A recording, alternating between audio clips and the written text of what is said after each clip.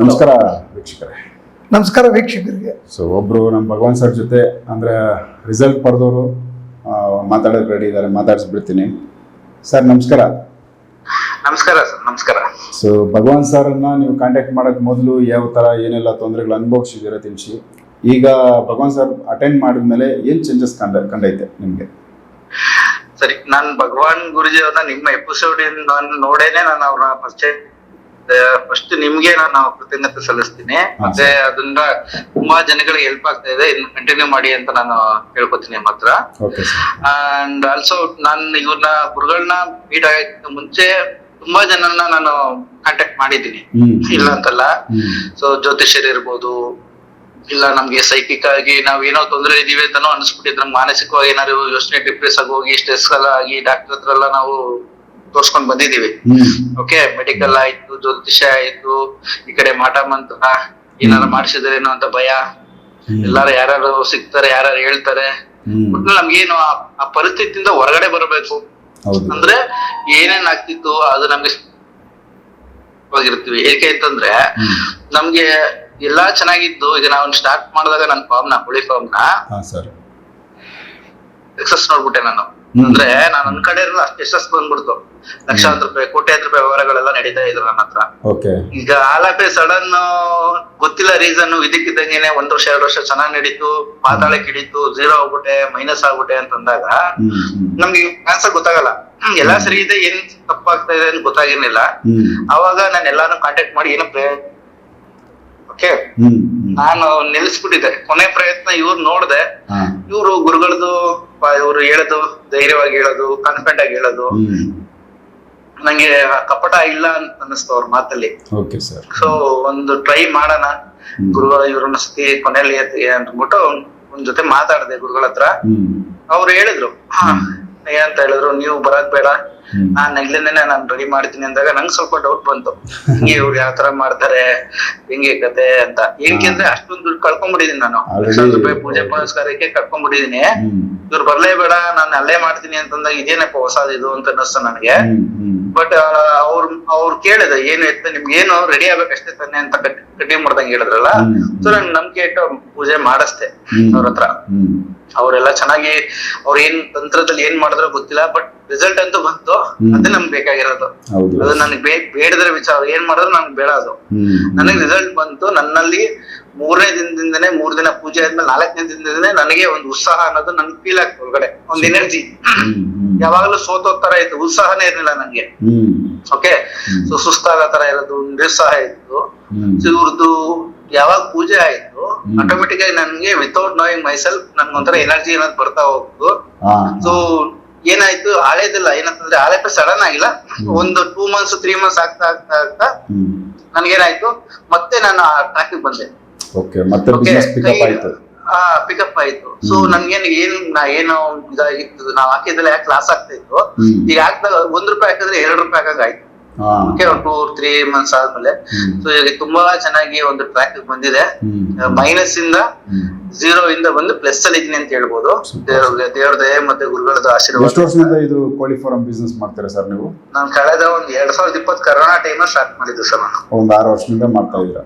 6 ವರ್ಷದಿಂದ corona time start ಮಾಡಿದ್ದು. ಅದಾದ್ಮೇಲೆ ಒಂದು 2-3 years ತುಂಬಾ ಚೆನ್ನಾಗಾಯ್ತು. ಸೊ ಆಗ್ತಿದಂಗೆನೆ ಪುನಃ ಹೇಳಿದ್ನಲ್ಲ, ಕೆಳಗಡೆ ಇಳಿದಿ ನಿಂತೋಗ್ಬಿಟ್ಟಿದೆ. ಈಗ 1 year ಇಂದ ಚೆನ್ನಾಗ್ ಆಗ್ತಾ ಇದೆ. ನಾನು ತುಂಬಾ ಜನಕ್ಕೆ ರೆಫರಲ್ ಕೊಟ್ಟಿದ್ದೀನಿ ಗುರುಗಳದು. ಸೊ ನನ್ ರಿಸಲ್ಟ್ ಬಂದ್ಮೇಲೆ, ನಂಬಿಕೆ ಬಂದ್ಮೇಲೆ ಇನ್ನೊಬ್ರಿಗೂ ಹೆಲ್ಪ್ ಆಗ್ಲಿ ಅನ್ನೋ ಭಾವನೆ ಅನ್ಸ್ತು. ಏನಾಗಿತ್ತು ನಿಮ್ಗೆ ಐಡಿಯಾ ಇದೆಯಾ? ಏನಾಗಿತ್ತು ತೊಂದ್ರೆ, ಯಾಕೆ ಹಿಂಗೆ ಡೌನ್ ಆಯ್ತು ಬಿಸ್ನೆಸ್ ಅಂತ? ಬಿಸ್ನೆಸ್ ಅದೇ ನನ್ಗೆ ಒಬ್ಬೊಬ್ಬರು ಒಂದೊಂದು ರೀಸನ್ ಕೊಡ್ತಿದ್ರು ಸರ್. ಈಗ ಜ್ಯೋತಿಷರು ಅಂತಂದ್ರೆ ಗ್ರಹಗತಿ ಸರಿ ಇಲ್ಲ, ದಶಾಭಕ್ತಿ ಸರಿ ಇಲ್ಲ ಅಂತ ಹೇಳೋರು. ಮತ್ತೆ ಇನ್ನೊಬ್ರು ಜ್ಯೋತಿಷ ಹತ್ರ ಹೋದ್ರೆ ಎಲ್ಲ ಸರಿ ಇದೆ ಅಂತ ಹೇಳೋರು. ಈಗ ಸೈಕಾಲಜಿ ಎಷ್ಟು ಹೋಯ್ತು, ಸ್ಟ್ರೆಸ್ ಇದೆ ಸರ್, ನಿಮ್ಗೆ ಸ್ಟ್ರೆಸ್ ಇಂದ ಡಿಸಿಷನ್ ತಗೊಳಕ್ ಆಗಲ್ಲ ಅಂತ ಹೇಳೋರು. ಮಾಟ ಮಂತ್ರದವ್ರ ಹತ್ರ ಹೋದ್ರೆ ಯಾರೋ ಮಾಡಿಸ್ಬಿಟ್ಟಿದ್ರೆ ಅಂತ ಹೇಳೋರು. ಎಲ್ಲ ಹೇಳ್ತಾ ಇದ್ರು, ಬಟ್ ರಿಸಲ್ಟ್ ಕೊಡ್ತಾನಿಲ್ಲ. ಯಾಕೆ ನಷ್ಟ ಆಗ್ತದೆ ಅಂತ ಅವ್ರವ್ರ ತಕ್ಕಂತೆ ಆನ್ಸರ್ ಮಾಡೋರು, ಬಟ್ ರಿಸಲ್ಟ್ ಬರ್ತಾನಿಲ್ಲ ನನ್ಗೆ. ದುಡ್ಡು ಖರ್ಚು ಮಾಡಿದ್ರು. ಇವ್ರು ಆತ್ಮದ ಪ್ರಾಬ್ಲಮ್ ಅಂತ ಹೇಳಿದ್ರು.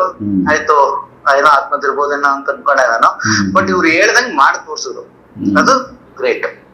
ಅಲ್ಲಿರೋದು ನಿಮ್ಗೆ ಅಂದ್ರೆ ಬೇರೆ ಎಷ್ಟೋ ಸುತ್ತಾಡಿದ್ರು ಅಲ್ಲೆಲ್ಲೂ ಕಾಣದೇ ಇರೋ ರಿಸಲ್ಟ್ ನ ಇಲ್ಲಿ ಕಂಡಿದ್ದೀರಾ? ರಿಸಲ್ಟ್ ಬಂತು ಮೇನ್ ಬೇಕಾಗಿರೋದು ರಿಸಲ್ಟ್ ಅಲ್ವಾ ಸರ್? ಬಿಸ್ನೆಸ್ ಈಗ ಮೊದಲು ಯಾವ ತರ ನಡೀತಾ ಇತ್ತು ಸೇಮ್ ಅದೇ ಸ್ಟೇಜ್ ಅಲ್ಲಿ ಹೋಗ್ತಾ ಇದೆ.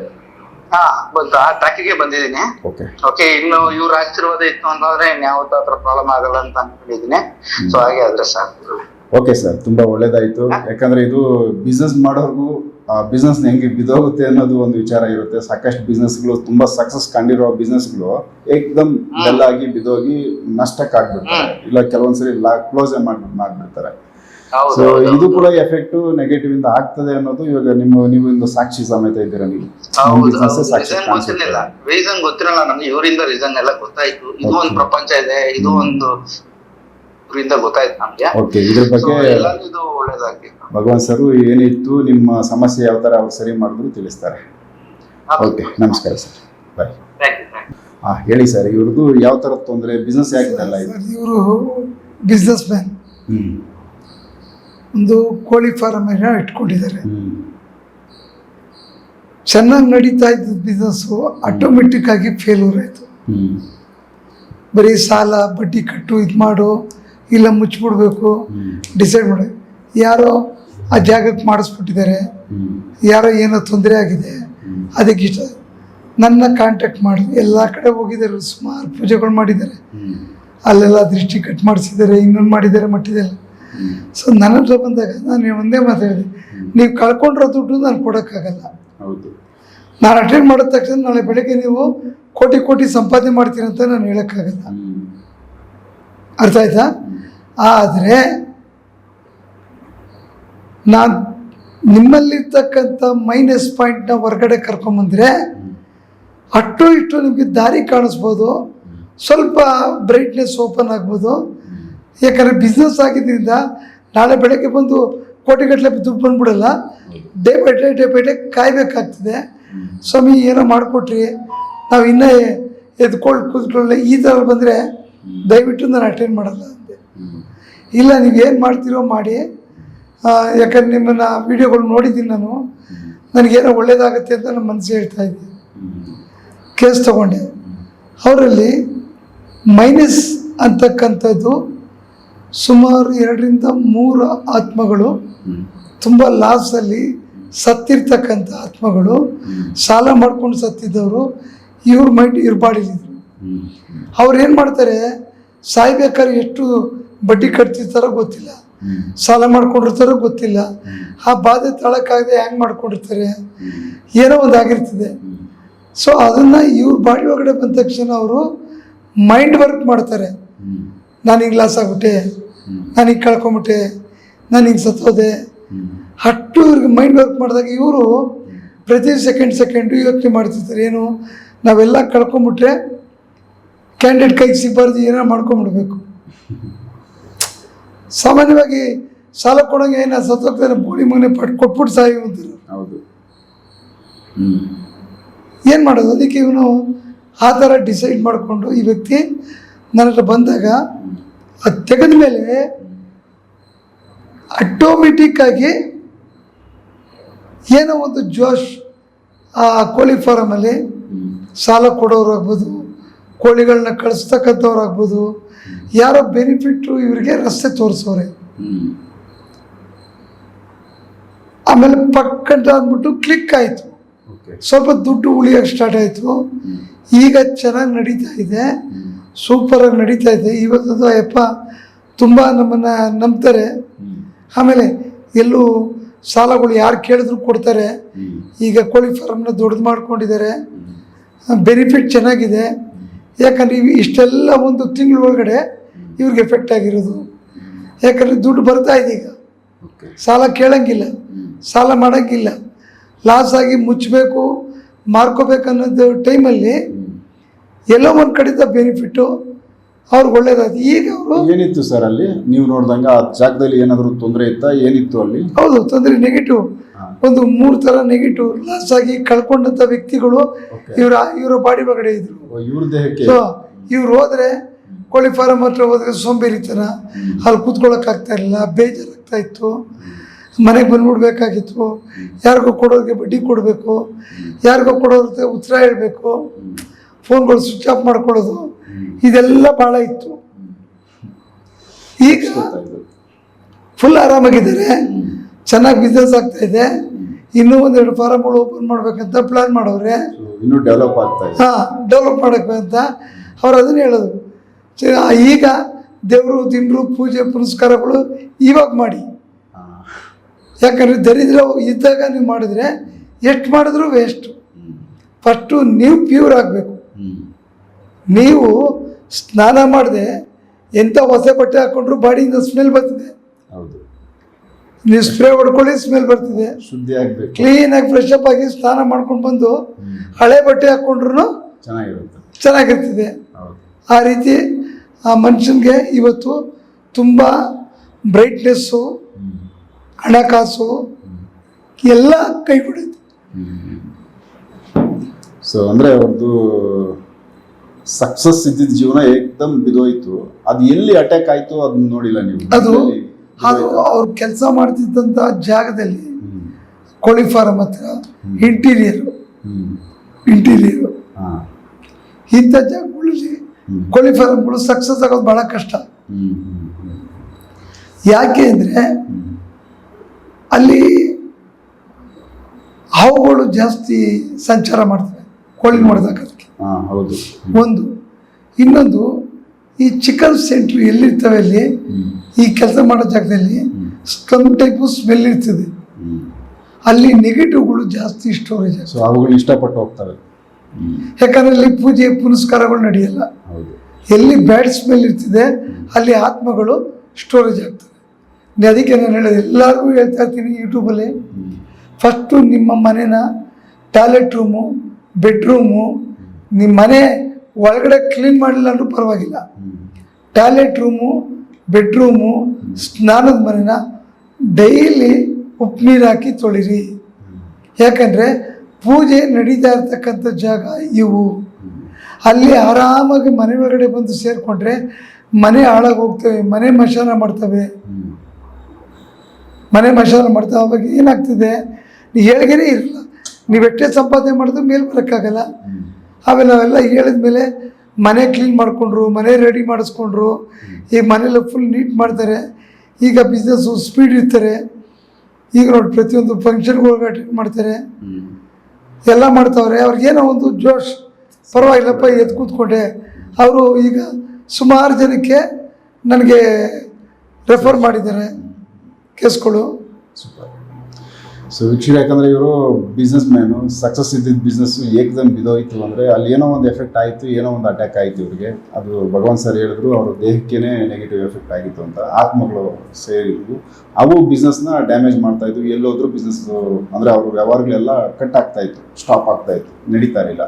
ಇದು ಮಹಾಲಕ್ಷ್ಮಿ ಬರಬೇಕು ಅಂದರೆ ನಿಮ್ಮ ಹತ್ರ ದರಿದ್ರ ಲಕ್ಷ್ಮಿ ಉಳ್ಕೊಂಡಿದ್ರೆ ಅವ್ರು ಬರಲ್ಲ.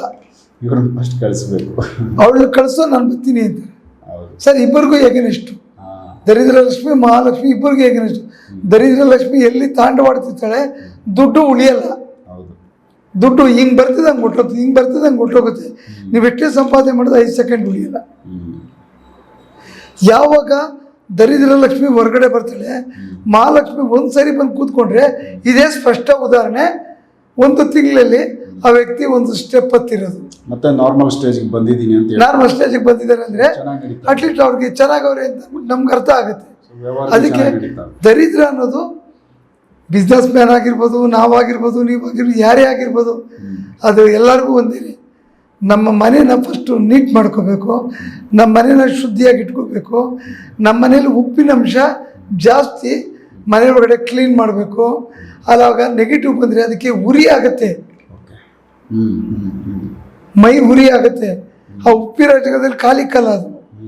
ಅದಕ್ಕೆ ಟಾಯ್ಲೆಟ್ ರೂಮಲ್ಲಿ ಸ್ಮೆಲ್ ಇರೋ ಜಾಗ, ಅಲ್ಲೇನು ನೀವು ಗಂಧಕಟ್ಟಿ ತೊಗೊಂಡು ಪೂಜೆ ಮಾಡ್ತೀರಾ? ಇಲ್ಲ. ಅದಕ್ಕೆ ಅಲ್ಲಿ ಇರ್ತವೆ. ನಿಮ್ಗೆ ಹೇಳಿದ್ದೀನಿ, ಯೂಟ್ಯೂಬಲ್ಲಿ ಹೇಳಿದ್ದೀನಿ, ಅಲ್ಲೋಗಿ ಸ್ಟೋರೇಜ್ ಆಗ್ತವೆ. ಜೊತೆಗೆ ಎಷ್ಟೋ ಜನ ಟಾಯ್ಲೆಟ್ ರೂಮ್ಗೆ ಹೋದರೆ 1 ಗಂಟೆ ಕೂತಿರ್ತಾರೆ, ಅರ್ಧ ಗಂಟೆ ಕೂತಿರ್ತಾರೆ. ಸ್ನಾನಕ್ಕೆ ಹೋದರೆ 3/4 ಗಂಟೆ ಬರಲ್ಲ. ಅದೇನು ಮಾಡ್ತಾರಪ್ಪ ಅಂತ ಗೊತ್ತಿಲ್ಲ ಮನೇಲಿ. ಯಾಕಂದರೆ ಅಲ್ಲಿ ನೆಗೆಟಿವ್ ಏನು ಮಾಡ್ತಾರೆ, ಸ್ಟೋರೇಜ್ ಆದಾಗ ಅಲ್ಲಿ ಬರ್ತಕ್ಕಂಥ ಕ್ಯಾಂಡಿಡೇಟ್ ಮೇಲೆ ಡಿಪೆಂಡ್ ಮಾಡಿ ಅವ್ರನ್ನ ಉಳಿಸ್ಕೋತವೆ, ಲೇಟ್ ಮಾಡ್ತವೆ. ಇವೆಲ್ಲ ನಮಗೆ ಅಬ್ಸರ್ವೇಷನ್ ಸಿಂಪ್ಟಮ್ಸ್. ಇಲ್ಲಿ ತೊಂದರೆ ಐತೆ ಅನ್ನೋದನ್ನ ನಾವು ಪತ್ತೆ ಮಾಡ್ಕೋಬಹುದು. ಧಾರಾಳವಾಗಿ ಈಗ ನಿಮ್ಮ ಮನೆ ಒಳಗಡೆ ನೀವು ಯಾವಾಗಲೂ ಉಪ್ಪು ನೀರು ಹಾಕಿ ಕ್ಲೀನ್ ಮಾಡಿಕೊಂಡ್ರೆ ಪ್ರತಿದಿನ ತುಂಬ ನೀವು ಮನೆ ಹೆಂಗಿದ್ರು ಒರೆಸ್ತೀರ, ಒಂದು ಇಡೀ ಉಪ್ಪು ಹಾಕಿ ಕರಗದ ಮೇಲೆ ಕಂಪ್ಲೀಟ್ ಎಲ್ಲ ಕಡೆ ನೀಟಾಗಿ ಒರೆಸಿ, ಟಿ ವಿ ಸ್ಟ್ಯಾಂಡಿಂದ ಬಿಡಬೇಡಿ, ಕಿಟಕಿಗಳಿಂದ ಬಿಡಬೇಡಿ, ಎಲ್ಲ ಕಡೆ ಒರೆಸಿ ನೀಟ್ ಮಾಡಿ ನಿಮ್ಮ ಕೈಲಿ ಎಷ್ಟು ಸಾಧ್ಯವಾಗುತ್ತೋ ಅಷ್ಟು ಮಾಡಿ. ಹಿಂಗೆ ಮಾಡ್ಬೇಕನ್ನೋದಿಲ್ಲ. ಆವಾಗ ದರಿದ್ರಗಳು ಅನ್ನೋದು ಮನೆಗೆ ಕಮ್ಮಿ ಆಗುತ್ತೆ. ಶುಕ್ರವಾರ ಮಂಗಳವಾರ ಇದ್ರದ್ದು ಲೋಬಾನಗಳನ್ನ ಸಾಂಬ್ರಾಣಿ ಹೊಗೆ ಟಾಯ್ಲೆಟ್ ರೂಮಿಂದ ಕೊಡಿ, ಮನೆ ಒಳಗಡೆ ಹಾಲಲ್ಲಿ ಹಾಕಿ, ಆವಾಗ ಫ್ರೆಶ್ ಆಗಿ ಆ ಲೋಬಾನ ಹೊಗೆ ಒಳಗಡೆ ಆರಾಮಾಗಿ ಕೂತಿರ್ಬೋದು, ಕಿರಿಕಿರಿ ಇಲ್ಲದೆ ಕೂತಿರ್ಬೋದು. ಆ ಸ್ಮೆಲ್ಗೆ ಚೆನ್ನಾಗಿರ್ತಿದೆ. ಆತ್ಮಗಳು ಏನೋ ಹಚ್ಬಿಟ್ಟನಪ್ಪ ಮುಂಡೆ ಮಗ ಅಂತ ಹೊರಟೋಯ್ತವೆ. ಸೊ ಇವೆಲ್ಲ ಸಂಪ್ರದಾಯಗಳು ಮೊದಲು ಮಾಡ್ತಾ ಇದ್ದ ಮಾಡಬೇಕು ಸರ್. ಯಾಕಂದರೆ ಎಲ್ಲದಕ್ಕೂ ನಾನು ಬಂದು ಮನೆ ಬಾಗಿಲಲ್ಲಿ ಕೂತ್ಕೊಂಡು ಕಾವಲು ಕಾಯೋಕ್ಕಾಗಲ್ಲ. ನಾವು ತೆಗೆದ ಮೇಲೆ ಸಣ್ಣ ಸಣ್ಣ ರೆಮಿಡಿ, ಮೆಡಿಟೇಷನ್ ಮಾಡ್ಕೊಳ್ಳೋದು, ಮನೆ ಕ್ಲೀನಿಂಗ್ ಮಾಡ್ಕೊಳ್ಳೋದು, ಇವೆಲ್ಲ ಮಾಡ್ಕೊಂಡ್ರೆ ಏನಾಗುತ್ತೆ, ಆತ್ಮಗಳನ್ನ ದೂರ ಮಾಡೋದಕ್ಕೆ ಒಬ್ಬ ಬಿಸ್ನೆಸ್ ಮ್ಯಾನು ಕೆಳಗೆ ಬಿದ್ದವ್ರು 1 ತಿಂಗಳಲ್ಲಿ ಬಿಡಿಸ್ಕೊಂಡಿಸೋದು ಭಾಳ ಕಷ್ಟ ಆಯಿತು. ಸೊ ವೀಕ್ಷಕರೇ, ಇದೊಂದು ಟಿಪ್ಸು ಭಗವಂತ ಸರ್ ಕೊಟ್ಟಿದ್ದಾರೆ. ಯಾಕಂದರೆ ನೆಗೆಟಿವ್ ಇರೋ ಜಾಗಗಳು ಯಾವಾಗಲೂ ಡ್ಯಾಮೇಜ್ ಆಗ್ತದೆ, ದರಿದ್ರ ತೊಗೊಂಬರುತ್ತೆ ಅಂತ. ಬಟ್ ಅವ್ರು ರಿಮೂವ್ ಮಾಡ್ಕೋಬೇಕಂದ್ರೆ ಅಲ್ಲಿ ನೀವು ಸುಗಂಧ ಭರಿತವಾಗಿ ಕೆಲವೊಂದು ವಾತಾವರಣ ಶುದ್ಧಿ ಮಾಡ್ಕೋಬೇಕಾಗುತ್ತೆ. ಅವ್ರು ಹೇಳಿದ್ರು ಉಪ್ಪು ನೀರಲ್ಲಿ ರೆಗ್ಯುಲರ್ ಮನೆ ವಾಶ್ ಮಾಡಿರಿ ಅಂತ. ಸೊ ಇವೆಲ್ಲ ಟಿಪ್ಸು, ಇದನ್ನು ಎಲ್ಲರೂ ಬಳಸ್ಕೋಬೋದು. ಇದರಲ್ಲಿ ಏನೂ ತೊಂದರೆ ಆಗಲ್ಲ, ಸೈಡ್ ಎಫೆಕ್ಟ್ ಇರಲ್ಲ, ಇನ್ನೂ ಒಳ್ಳೇದಾಗುತ್ತೆ, ಆರೋಗ್ಯಕ್ಕೆ ಒಳ್ಳೆಯದು. ಇದನ್ನು ಮಾಡ್ಕೊಳ್ಳಿ, ಸಕ್ಸಸ್ ಜೀವನನ ನೀವು ನೋಡ್ಬೋದು. ಯಾಕಂದರೆ ಒಳ್ಳೆ ದಾರಿಗಳು ಸಿಗಬೇಕಲ್ಲ, ಹಾಗಾಗಿ ನೆಗೆಟಿವ್ಗಳು ಆಚೆ ಹೋದ್ರೆ ಒಳ್ಳೆ ದಾರಿಗಳು ಸಿಗ್ತವೆ. ಇವರೊಬ್ಬರು ಬಿಸ್ನೆಸ್ ಮ್ಯಾನು ಫೇಲ್ಯೂರ್ ಆಗಿದ್ದವ್ರು ಮತ್ತೆ ಈಗ ಮತ್ತೆ ಸೇಮ್ ನಾರ್ಮಲ್ ಸ್ಟೇಜಿಗೆ ಬಂದವ್ರೆ. 1 ತಿಂಗಳಲ್ಲಿ ಈಚೆ ಕಡೆ ಬಂದಿರೋದು. ಸೊ ಅಂದರೆ 1 ತಿಂಗಳಲ್ಲಿ ಒಂದು ಪ್ಲಸ್ ಮೈನಸ್ ಪಾಯಿಂಟ್ ನೆಗೆಟಿವ್ ಅನ್ನೋದು ಹೊರಗಡೆ ಹೋದಾಗ ಅವ್ರು ಏನು ಮಾಡಿಲ್ಲ, ಎಲ್ಲೂ ಯಾವ ಪೂಜೆ ಮಾಡಿಲ್ಲ, ಮನೆ ಒಳಗಡೆ ಕ್ಲೀನ್ ಮಾಡಿಕೊಂಡ್ರು. ನಾನು ಹೇಳ್ದಂಗೆ ಸ್ವಲ್ಪ ಈ ಟಿಪ್ಸ್ಗಳೆಲ್ಲ ಸ್ವಲ್ಪ ತಲೆಯಲ್ಲಿ ಮಾಡಿಕೊಂಡು ಈ ಪ್ರತಿದಿನ ಮನೆ ಪಾಲಿಸಿ ಒಂದು ಲೋಬಾನ ಹಚ್ಚಿ ಆ ಹೊಗೆ ಒಳಗಡೆ ಅವರು ಹೊರಗಡೆ ಹೋಗ್ತಾರೆ, ಕೆಲಸ ಮುಗಿಸ್ಕೊಂಬರ್ತಾರೆ, ದೇವ್ರದಿಂದ ಚೆನ್ನಾಗಿದ್ದಾರೆ, ನಮ್ಗದು ಖುಷಿ ಆಗ್ತದೆ ಅಷ್ಟೆ. ಸೊ ಇದೊಂದು ವಿತ್ ರಿಸಲ್ಟ್ ಕೊಟ್ಟಿದ್ದೀವಿ. ನೆಕ್ಸ್ಟ್ ಭಗವಂತ ಸರ್ಗೆ ಸಂಬಂಧಪಟ್ಟಿದ್ದು ಬೇರೆ ವಿಚಾರಗಳನ್ನು ಇನ್ನೂ ಡಿಫ್ರೆಂಟ್ ಕೇಸ್ಗಳು ಅವ್ರು ಅಟೆಂಡ್ ಮಾಡ್ತಾನೆ ಅವರೇ. ಅವುಗಳದ್ದು ಅನುಭವಗಳನ್ನ ನಾನು ನೆಕ್ಸ್ಟ್ ವಿಡಿಯೋಗಳಲ್ಲಿ ಮಾತಾಡಿಸ್ತಾ ಹೋಗ್ತೀನಿ, ಎಪಿಸೋಡ್ ನೋಡ್ತಾ ಇದ್ದೀನಿ. ನಮಸ್ಕಾರ. ನಮಸ್ಕಾರ ವೀಕ್ಷಕರೇ.